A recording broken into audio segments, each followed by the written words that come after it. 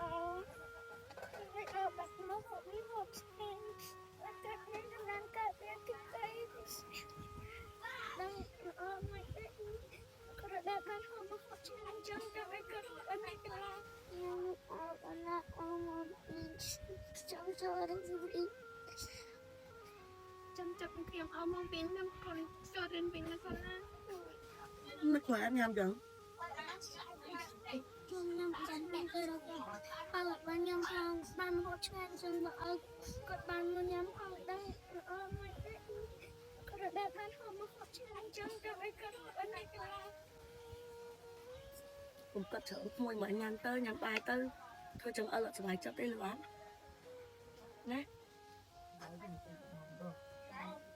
Mà anh em chẳng chưa đẹp ở bà rام nữa.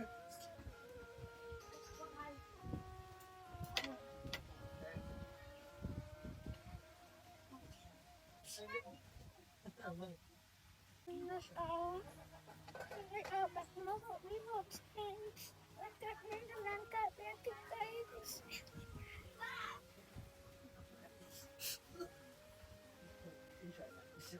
Em nó tôm nha anh em. Cũng cất thở nữa. Nè. họ nghe nên đặt nhân hộp hai con cho con tiền nó không nhập lại nó con chân tiền áo chân thật nó cái nhưng nhập lại cái mùi áo nó không Chắc phải ở lắm với chăm minh nông mà anh mà nhàn chung nhưng mà ở. Nè. Đó.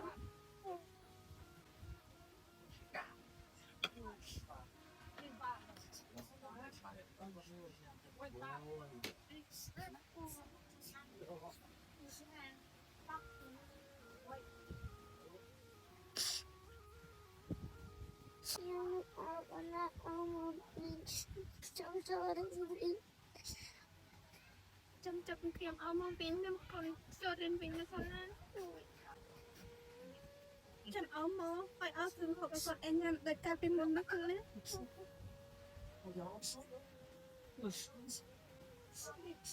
Cũng cất thở nữa. Nhàn bài. Ở chư nè. Phải ở nó bên chồng minh nông. Ở nhà bà chung khuya nè. Nhưng ăn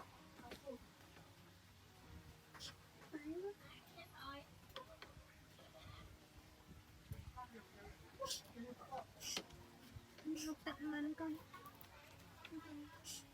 ăn tạ ăn theo mình mời